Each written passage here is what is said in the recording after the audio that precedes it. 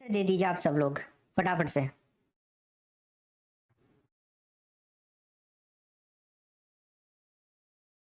बढ़िया।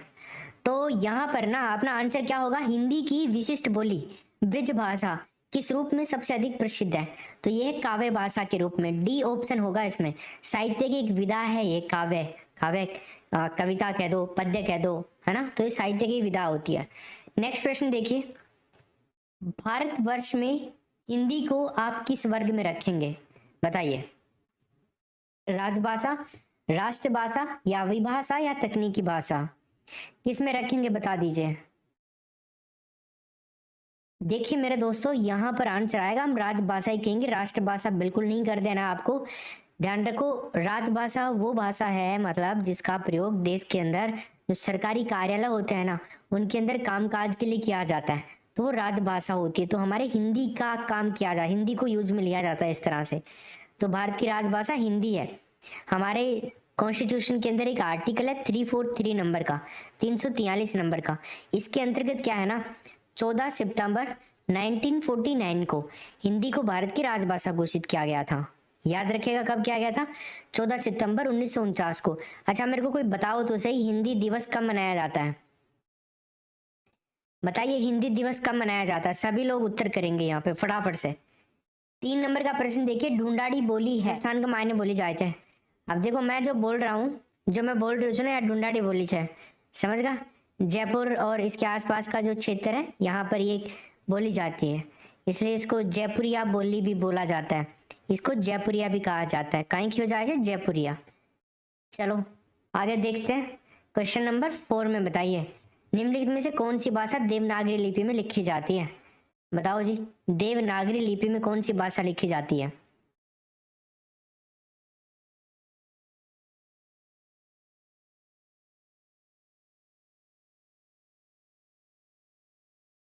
बहुत ही बढ़िया। क्या आंसर होगा? तीसरा ऑप्शन हो जाएगा मराठी। ठीक है, मराठी लिखी जाती है, हिंदी लिखी जाती है, संस्कृत लिखी जाती है, ये सब देवनागरी लिपि में लिखी जाती है। मराठी भी काफी क्षेत्र में बोली जाती है, भारत की प्रमुख भाषाओं में आती है ये। महाराष्ट्र और गोवा की राजभाषा भी है मराठी। नेक्स्ट, निम्न में से कौन सी भाषा संस्कृत की अपभ्रंश है? बताइए 5वें नंबर के प्रश्न में क्या उत्तर होगा।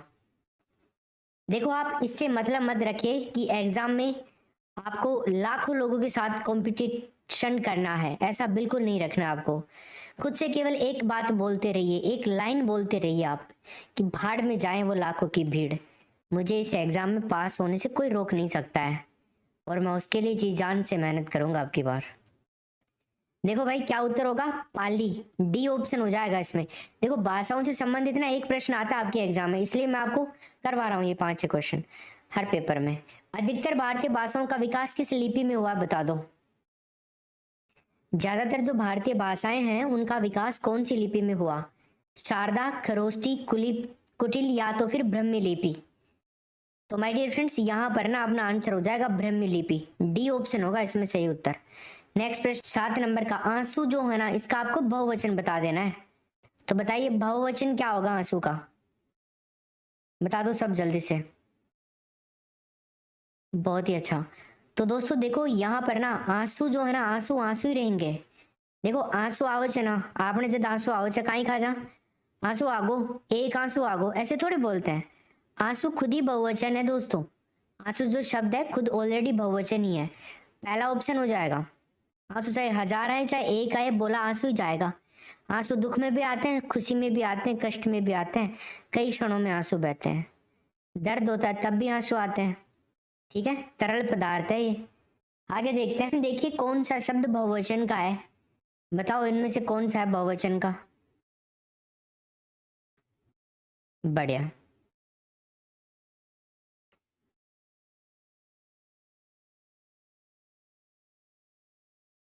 क्या उत्तर होगा इसमें? ठीक है, 8वें नंबर के प्रश्न में उत्तर होगा दोस्तों हस्ताक्षर, बी ऑप्शन। हस्ताक्षर मतलब किसी भी व्यक्ति के द्वारा लिखा जाने वाला अपना नाम, जो इस बात का सूचक है कि ऊपर लिखी हुई बात उसने लिखी है, वो इसका उत्तरदायित्व खुद के ऊपर ले रहा है, उसको हम कहेंगे हस्ताक्षर। क्या होगा राइट आंसर? बी ऑप्शन हो जाएगा। नेक्स्ट, विधवा शब्द का पुल्लिंग रूप बता दो, क्या होगा? विधवा का पुल्लिंग बताना है। विदुष, विधुर, विदुषी और विद्वान। बता दीजिए क्या आंसर होगा इसमें। यस, बताइए बताइए। तो फ्रेंड्स यहाँ पर ना अपना उत्तर क्या होगा? विदुर हो जाएगा, बी ऑप्शन। विदुर किसे कहते हैं?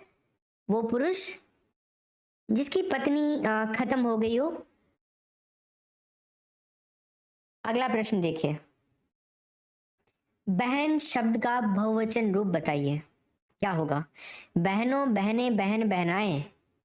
बताइए बताइए क्या होगा भाई? सभी प्यार से उत्तर करो देखें। तो बहुवचन शब्द बहन का क्या बनेगा? बहने। बी ऑप्शन हमारा हो जाएगा इस प्रश्न का सही उत्तर। 11 नंबर के प्रश्न में उत्तर बताइए। पेड़ से फल गिरा, निम्नांकित में से उपयुक्त कारक को चुनना है आपको, तो चुनिए।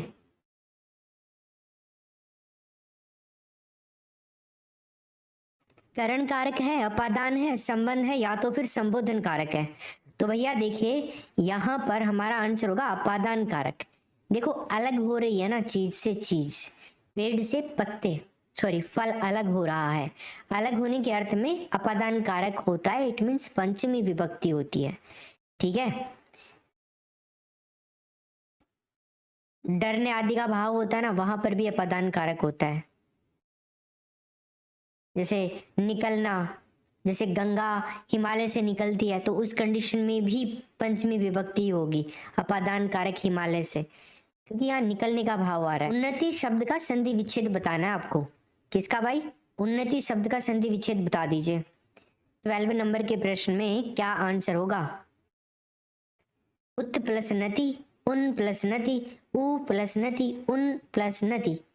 तो क्या उत्तर होगा? पहला ऑप्शन उत प्लस नति। कहोगे कैसे सर?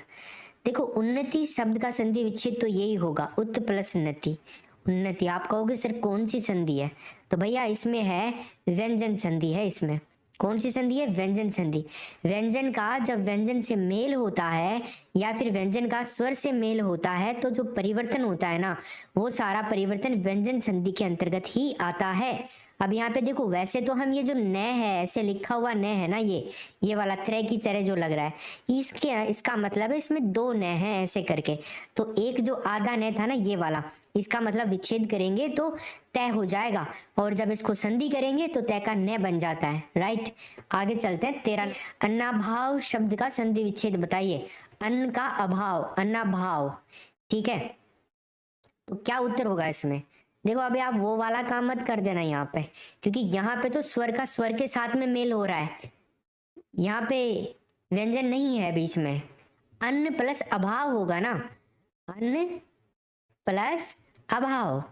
राइट, कौन सा आंसर? B option. देखो अन्न के अंदर ए है, न है, इसमें ए है। भाई ये कैसे बना? ए प्लस न प्लस न प्लस ए। इस प्लस से पहले ये कंडीशन है, इसके बाद में क्या कंडीशन है? ए भाव। तो ये ए और ए मिलकर के क्या बनता है? आ बनता है ना। तो देखिए यहाँ पे आ लग रहा है ना ने के, तो क्या हो गया? दोनों तरफ समान स्वर, इट मीन्स दीर्घ स्वर संधि हो जाएगी इसमें। दीर्घ स्वर संधि का ये है एग्जाम्पल। क्वेश्चन नंबर हमारा है 14। तो बताइए क्या उत्तर होगा? निम्नलिखित में से काव्योर्मी शब्द का कौन सा संधि विग्रह ठीक है? बता दो। काव्योर्मी शब्द, काव्य उर्मी है ना, संधि विग्रह पूछ रहा है इसमें। संधि विग्रह, विच्छेद पूछ रहा है, विग्रह नहीं कह सकते हैं इसको, संधि विच्छेद बताइए। तो क्या उत्तर होगा इसमें? देखो काव्य प्लस उर्मी है ना, ये हो जाएगा इसमें। तीसरा ऑप्शन हो जाएगा काव्य प्लस उर्मी। देखो यहाँ पर ए है इसमें, ये में, और यहाँ पर ऊ है। ए और ऊ जब दोस्तों मिलते हैं ना तो गुण क्या होता है? ओ गुण होता है ना। तो ये यहाँ पे कौन सी संधि हो जाएगी? गुण संधि हो जाएगी। सिंपल, गुण संधि का एग्जाम्पल है। ए और ऊ जब मिलते हैं तो क्या बनता है? ओ गुण होता है। सिंपल, आगे चलते हैं। 15 नंबर का प्रश्न देखिए अब आप। प्रश्न संख्या 15 में दिए गए शब्दों में प्रयुक्त संधि का चयन करना है। एक शब्द आपको दिया हुआ षडानन, तो बता दीजिए इसमें कौन सी संधि है? षडानन जो शब्द है भाई, इसमें आपको बताना है संधि, और जल्दी से बता दो आप इसमें कौन सी संधि है। फटाफट से उत्तर करना है आपको। बहुत ही अच्छा, बढ़िया।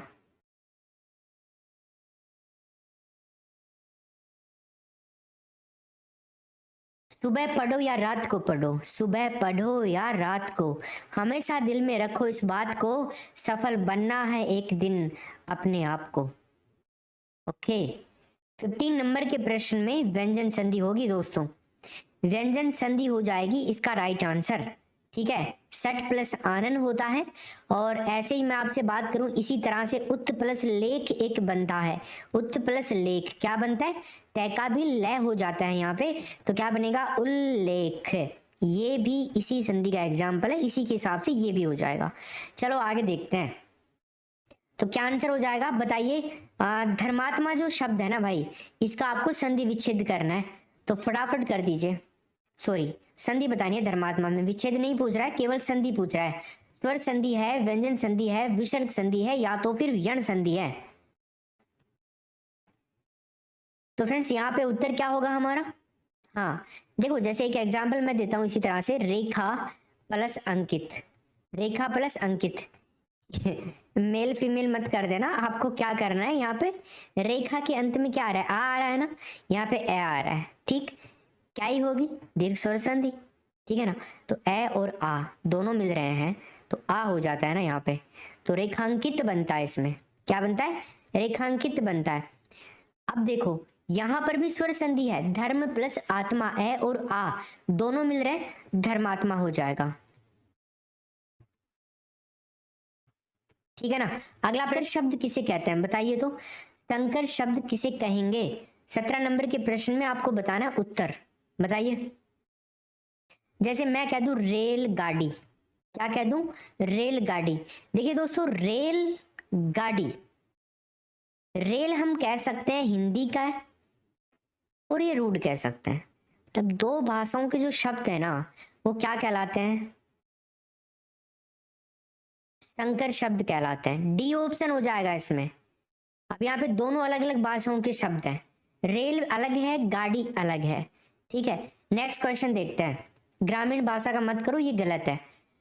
18 नंबर का प्रश्न देखिए, लेखक शब्द के अंत में कौन सा प्रत्यय लगा हुआ है, लेखक जो शब्द है इसके अंत में आपसे पूछ रहा है कि बताइए कौन सा प्रत्यय है, ये है, देखो ये तो नहीं है ना, क्योंकि वो तो एक्चुअल में दिख ही जाएगा आपको, जो भी है वो प्रोनाउंसिएशन करेंगे, लेखक ये तो कहीं नहीं आ रहा लास्ट में, प्रत्यय तो मूल शब्द के लास्ट में लगते हैं, यहाँ पे उपसर्ग यहाँ पे लगेंगे पहले, तो देखो इक है नहीं, कै हो सकता है, आक नहीं हो सकता, अक भी हो सकता है, या तो ये होगा या ये होगा, तो क्या ये आंसर होगा भाई इसका। 18 नंबर का जो प्रश्न है इसमें डी ऑप्शन हो जाएगा दोस्तों, क्या बनता है, लेख प्लस अक बनता है दोस्तों, ऐसे बनेगा लेखक, ठीक है। चलिए आगे देखते हैं, 19 नंबर का प्रश्न है, सुत शब्द को स्त्रीवाचक बनाने के लिए आप किस प्रत्यय का प्रयोग करने वाले हो, फटाफट बता दो। शुद्ध शब्द को स्त्रीवाचक बनाना है, फीमेल बनाना है, आंसर होगा इसमें 19 नंबर के प्रश्न में डी ऑप्शन हो जाएगा, सुत, है ना। सुत प्लस अगर हम आप प्रत्यय लगाते हैं तो क्या बनेगा दोस्तों, सुता बन जाएगा, और सुता एक स्त्रीलिंग का ही है, तो स्त्रीवाचक ये शब्द हो गया है आपका, ठीक है। नेक्स्ट प्रश्न देख लीजिए अब आप, क्वेश्चन संख्या नंबर 20 में बता दो, अत्याचार शब्द में आपको बताना है उपसर्ग, तो बताइए, बहुत आसान है, बहुत ही ज्यादा आसान है, मतलब आज की क्लास का सबसे आसान सवाल भी हम इसको बोल सकते हैं।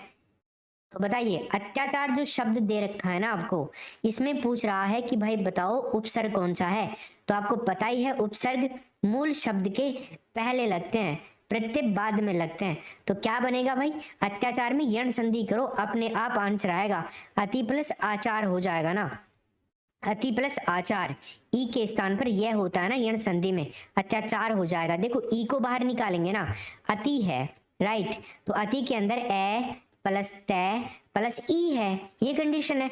अब हम जब ई को बाहर निकाल लेंगे तो क्या बनेगा, अत बनेगा, अब ई के स्थान पर यह कर देंगे, क्या बनेगा, ई खत्म, यह आ गया, तो यह को यहाँ लगा दो, आगे क्या है, आचार है ना, तो क्या बना बताइए, ए और तय को ऐसे थोड़ी लिखेंगे, ऐसे लिखेंगे, यह को यहाँ ले आएंगे, ये आ है, आ को इसके लगा देंगे और चार आगे लगा देंगे, बना कि नहीं बना बताओ, अत्याचार बन तो गया आपके सामने, तो क्या होगा, तीसरा ऑप्शन हो जाएगा, यण संधि आपने पढ़ रखी होगी तो आप इजीली कर दोगे इसको।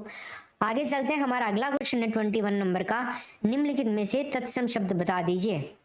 तत्सम शब्द कौन सा है इनमें से? बताइए जनाब, क्या उत्तर होगा इसमें? ऊंट है, काठ है, दुग्ध है, काम है। क्या उत्तर होगा 21 में? ऑप्शन नंबर तीसरा हो जाएगा, दुग्ध। दुग्ध क्या है ना, एक तत्सम शब्द है। ऊंट, काठ और काम ये क्या है? सब तद्भव है, ठीक है ना। देखो, संस्कृत के ऐसे कोई शब्द होते हैं जो के त्यों हम उनको प्रयोग में ले लेते हैं, तत्सम शब्द कहलाते हैं। दूध हो जाएगा इसका तद्भव। अगला देखिए, इनमें कौन सा शब्द तद्भव है?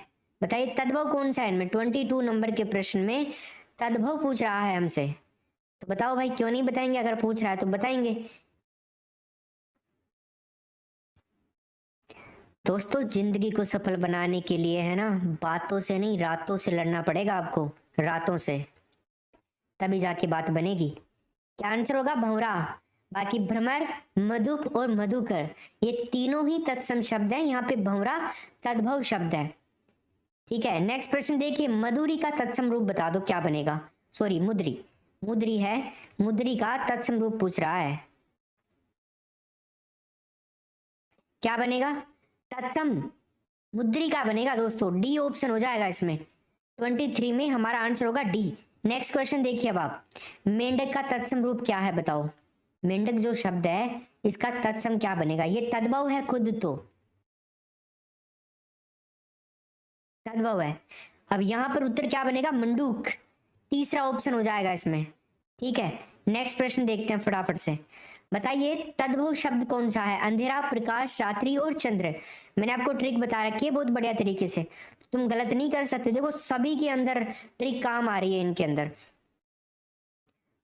25 नंबर के प्रश्न में हमारा आंसर होगा अंधेरा, नंबर 1 ऑप्शन। अंधेरा तद्भव शब्द है। प्रकाश, रात्रि और चंद्र ये तीनों क्या है भाई? ये तीनों है तत्सम, ये तीनों तत्सम शब्द हैं। अगला, शब्दों में से किसमें उपसर्ग का निर्देश अशुद्ध है? मतलब कौन सा उपसर्ग गलत लगा हुआ है यहाँ पे? बताइए 26 में क्या आंसर हो जाएगा इसमें? गलत पूछ रहा है, अशुद्ध कौन सा है?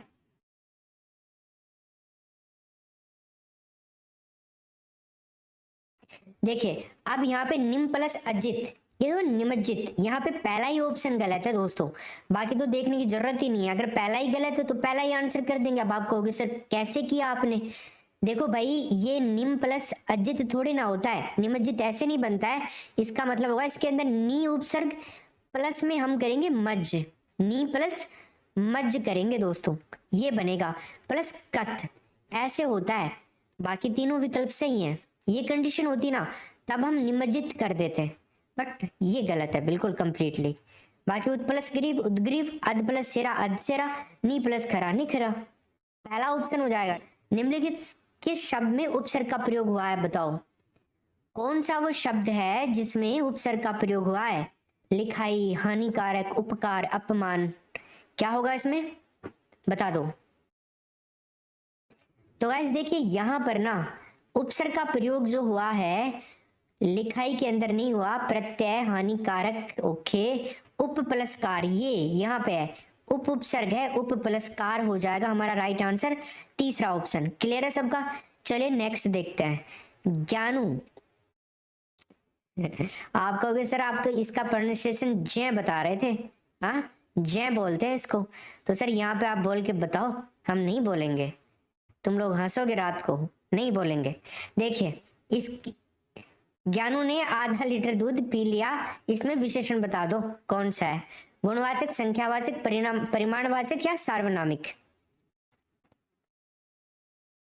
आधा लीटर, देखो गुण नहीं आ रहा है, संख्या नहीं आ रही है, सर्वनाम नहीं आ रहा है, परिमाण आ रहा है इसमें, ठीक है ना भाई? यस, तो परिमाणवाचक हो गया, सभी का सही होना चाहिए था ये प्रश्न। आई थिंक आपने सबने सही किया भी होगा ये, ठीक है।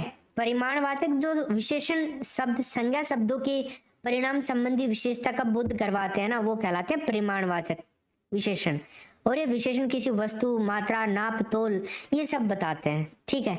चलिए आगे देखते हैं, अगला प्रश्न अपना 29 नंबर का, जो करेगा सो भरेगा, जो करेगा सो भरेगा, यहाँ पर आपको बताना है रेखांकित जो शब्द है क्या है।